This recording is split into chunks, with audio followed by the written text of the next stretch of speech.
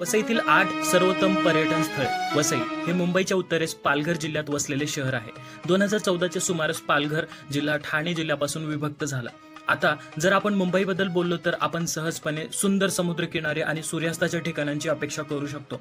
पण याशिवाय वसईत अनेक किल्ले, मंदिरे आणि इतर सुंदर वास्तू आणि ठिकाणे आहेत जी देशी विदेशी पर्यटकांना चुकवायला आवडणार नाहीत. येथे वसईतील विविध ठिकाणे आहेत जिथे तुम्ही वसईला जाण्याचा विचार करू शकता. तर आज मी तुम्हाला अशी 8 सर्वोत्तम पर्यटन स्थळे सांगणार आहे. परंतु व्हिडिओला सुरुवात करण्याच्या आधी मित्रांनो, चॅनलला लाईक करा, शेअर करा आणि सबस्क्राईब करायला मुळीच विसरू नका. कारण खूप जण येतात, व्हिडिओज बघतात परंतु सबस्क्राईब करत नाहीत. म्हणून फक्त एक सबस्क्राईब हवा आहे. चला तर मग सुरुवात करूया.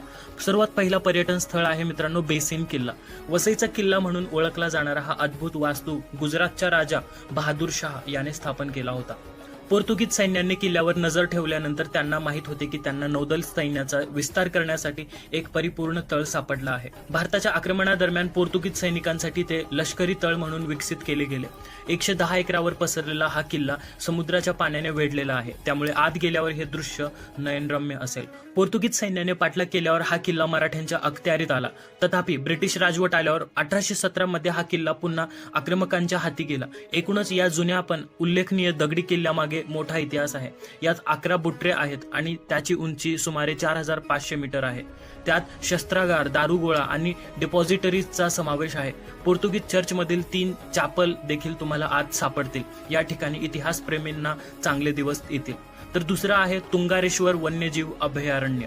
वसई आणि विरार दरम्यान एक पर्वतीय पठार असून ते तुंगारेश्वर म्हणून ओळखले जाते. जर तुम्हाला तुमच्या व्यस्त जीवनातून काही तास बाहेर पडायचे असेल आणि निसर्गाचे सौंदर्य जवळून अनुभवायचे असेल तर हे एक सुंदर ठिकाण आहे.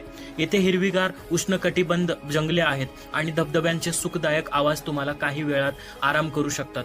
डोंगर 2117 फूट उंच असल्यामुळे तुंगारेश्वर हे ट्रेकिंगसाठी योग्य ठिकाण आहे. 2003 मध्ये तुंगारेश्वरला वन्यजीव अभयारण्य म्हणून घोषित करण्यात आले, जेणेकरून या प्रदेशात उपस्थित असलेल्या विदेशी प्राणी आणि पक्ष्यांच्या प्रजातींचे संरक्षण होईल. Emerald dove, crested serpent eagle, yellow footed green कबूतर आणि व्हाईट आईड बजार्ड यांसारख्या पक्ष्यांच्या विविध प्रजाती येथे आढळून येऊ शकतात. त्यामुळे जर तुम्ही नियमित पक्षी निरीक्षक असाल तर आता तुम्हाला तुमचे पुढील स्थान माहीत आहे. शिवाय अभयारण्याच्या मुख्य दरवाजापासून सुरुवात केल्यास शिवमंदिर 3 किलोमीटर अंतरावर असल्याने पायी जाता येते. हे एक प्रसिद्ध ठिकाण आहे जे तुम्ही भगवान शिवाच्या भव्य मूर्तीची पूजा करू शकता आणि मंदिराभोवती पाहू शकता. नंतर तुम्ही उर्वरित ट्रेक 7 किलोमीटर पर्वताच्या शिखरावर चालून ठेवू शकता. डोंगराच्या माथ्यावर जाण्यासाठी पायी चालण्याशिवाय दुसरा पर्याय नाही हे लक्षात घेण्यासारखे आहे. त्यामुळे श्वासाचा त्रास असलेल्या व्यक्ती आणि हृदयरोगींनी तज्ज्ञांकडून परवानगी मिळाल्यानंतरच ट्रेकिंगला सुरुवात करावी. कारण शीर्षस्थानी पोहोचल्यानंतर आपण आत्मा आरामदायक सौंदर्याकडे टक लावून पाहू शकता. ते आवाज प्रेरित शहरामध्ये क्वचितच आढळू शकते. तुंगारेश्वर धबधबा नावाचा धबधबाही ठाण्याजवळ असलेल्या तुंगारेश्वर वन्यजीव अभयारण्यातच आहे. धबधब्याचे स्वच्छ पांढरे पाणी चित्तथरारक आहे आणि ते पर्यटनासाठी चांगले ठिकाण आहे. शेजारच्या शहरापासून बरेच पर्यटक आणि अभ्यागत वन्यजीव अभयारण्यात येतात, विशेषतः धबधबा पाहण्यासाठी. त्याच्या सभोवतालचा परिसर मान्सून स्पॉट या नावाने सुशोभित आहे, कारण पावसाळ्यात भेट देण्यास उत्तम आहे आणि वनस्पती आणि प्राणी अधिक सुंदर दिसतात. तिसरा आहे सुरुची बीच. समुद्र किनाऱ्याला भेट दिली नाही तर मुंबईचा प्रवास नेहमीच अपूर्ण मानला जातो. वसईतील सुंदर समुद्र किनाऱ्यापैकी एक सुरुची बीच आहे. समुद्र किनारा गर्दीने भरलेला नाही आणि लाटांच्या आवाजामुळे तुमचा विश्वास बसतो की तुम्हाला हवे असलेले कोणतेही ठिकाण येते नाही. तुम्ही समुद्र किनाऱ्यावर फेरफटका मारू शकता आणि नंतर समुद्राजवळ बसून तुमच्या मोबाईलवर सुखदायक गाणे ऐकू शकता. जर तुम्हाला कसे पोहायचे हे माहीत असेल तर ते अधिक चांगले आहे. आणि खोल बाजूपासून दूर राहा आणि अनुभवी असल्यास देखरेखीशिवाय पोहायला जाऊ नका. सुरुची बीचवर छोटी दुकाने आणि नारळ विक्रेतेही आहेत. शिवाय बेसिन किल्ला समुद्र किनाऱ्यापासून जवळजवळ 3.5 किलोमीटर अंतरावर आहे. त्यामुळे पर्यटक त्यानुसार त्याच्या सहलीची नियोजन करू शकतात. चौथा आहे भुईगाव बीच. वसईतील आणखीन एक चांगला समुद्र किनारा म्हणजे भुईगाव बीच. हे मुख्यतः स्वच्छतेसाठी आणि समुद्र किनाऱ्यावरील काळ्या वाळूसाठी ओळखले जाते.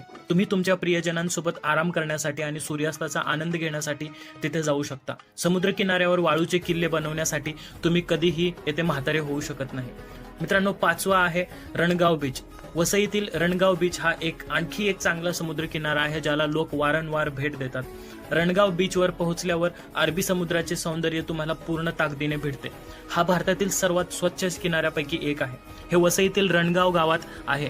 पर्यटकांच्या पुनर्लोकानुसार हे ठिकाण एक सुंदर सूर्यास्त देते आणि समुद्र किनारा गर्दीने भरलेला नाही, म्हणून आपल्या कुटुंबासह कधीही मोकळ्या मनाने येथे भेट द्या. 6वा आहे पांजू बेट. पांजू बेट वसईच्या मुख्य भूभागाला सालसेट या दुसऱ्या बेटाशी जोडते. पांजू बेट हे इतर जगापासून वेगळे झालेले दिसते कारण त्यात निसर्गरम्य सौंदर्य आहे जे इतिहास आणि निसर्गाचे मिश्रण आहे. बेटावरील प्राचीन वस्तू, घनदाट जंगले आणि चालीरीती हे पर्यटकांचे मुख्य आकर्षण आहे. पांजू गाव हे नायगाव आणि भाईंदर रेल्वे स्थानकाच्या मध्ये वसलेले आहे, त्यामुळे सर्वात जवळचे गाव असलेले नायगाव म्हणून आपण गावात पोहोचू शकतो. आधुनिक घडामोडीपासून दूर असलेले कृषी क्षेत्रे आणि साधे खेड्यातील जीवन 600 एकर जमिनीवर पसरलेले आहे, जिथे जवळपास 1500 लोक अविरतपणे काम करतात. लहान घरे, अरुंद रस्ते, मिठाचे कढई आणि गडूळ जंगले आयुष्यात एकदा तरी अनुभवण्यासारखी आहेत. गावातील लोकांचा मुख्य व्यवसाय मासेमारी, मिठाची शेती आणि शेती आहे. गावकऱ्यांच्या मालकीच्या आणि अधूनमधून वापरल्या जाणाऱ्या 100हून अधिक येथे बोटी तुम्हाला दिसतील. 7वा आहे चंद्रिका देवी मंदिर. हे मंदिर कुलदेवीला समर्पित आहे, जिची जूचंद्र गावातील रहिवासी पूजा करतात. गावाच्या पूर्वेला डोंगर माथ्यावर हे मंदिर आहे. देवी चंद्रिका ही राक्षसांचा नाश करणारी म्हणून ओळखली जाते आणि तिची पूजा करणाऱ्या ग्रामस्थांसाठी तिची मूर्ती आशेचे प्रतीक आहे.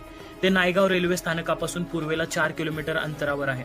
जर तुम्ही रस्त्याने प्रवास करत असाल तर तुम्ही मुंबई अहमदाबाद राष्ट्रीय महामार्गाने देखील मंदिरापर्यंत पोहोचू शकता. गावात दरवर्षी देवीची मोठी यात्रा नावाचा राष्ट्रीय कार्यक्रम आयोजित केला जातो. मंदिराचे अचूक स्थान समुद्र सपाटीपासून 400 फूट उंचीवर आहे.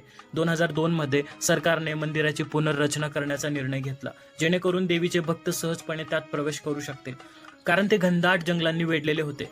मंदिरात 5 मजली असून अपंग आणि वृद्ध उपासकांसाठी लिफ्टची सोय आहे. देवीची खरी भक्ती अनुभव इच्छिणारे पर्यटक 200 पेक्षा जास्त पायऱ्या असलेल्या पश्चिमेकडील मार्गाने देखील जाऊ शकतात, परंतु कृपया पुरेसे पाणी वाहून नेण्यास विसरू नका.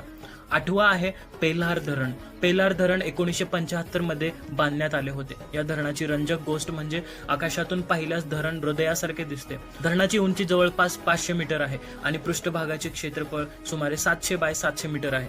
धरणाच्या पलीकडे धबधबा वाहतो. उन्हाळ्यात पाण्याची पातळी खाली जाते, मात्र पावसाळ्यात धबधब्यातून थेट तलावात पाणी येते आणि पावसाचे पाणी गोळा करण्यासाठी धरणाचे दरवाजे उघडले जातात. हे बंधारा धरण असल्याने त्याच्या आजूबाजूला मोठ्या प्रमाणात खडक आहेत. डोंगराळ भाग सुंदर हिरव्यागार जंगलांनी वेढलेला आहे, त्यामुळे ट्रेकिंगसाठी हे एक योग्य ठिकाण आहे. या ठिकाणी जे अतुलनीय शांतता आहे ते शहराच्या गजबटात क्वचितच सापडेल तुम्हाला. तर मित्रांनो, हे होते वसईतील 8 सर्वोत्तम पर्यटन स्थळे. आय होप तुम्हाला आवडले असतील तर प्लीज चॅनलला लाईक करा, शेअर करा आणि सबस्क्राईब करायला विसरू नका मित्रांनो, कारण सबस्क्राईब केल्यामुळे माझा आत्मविश्वास वाढतो, आणखीन मी व्हिडिओज बनवू शकतो.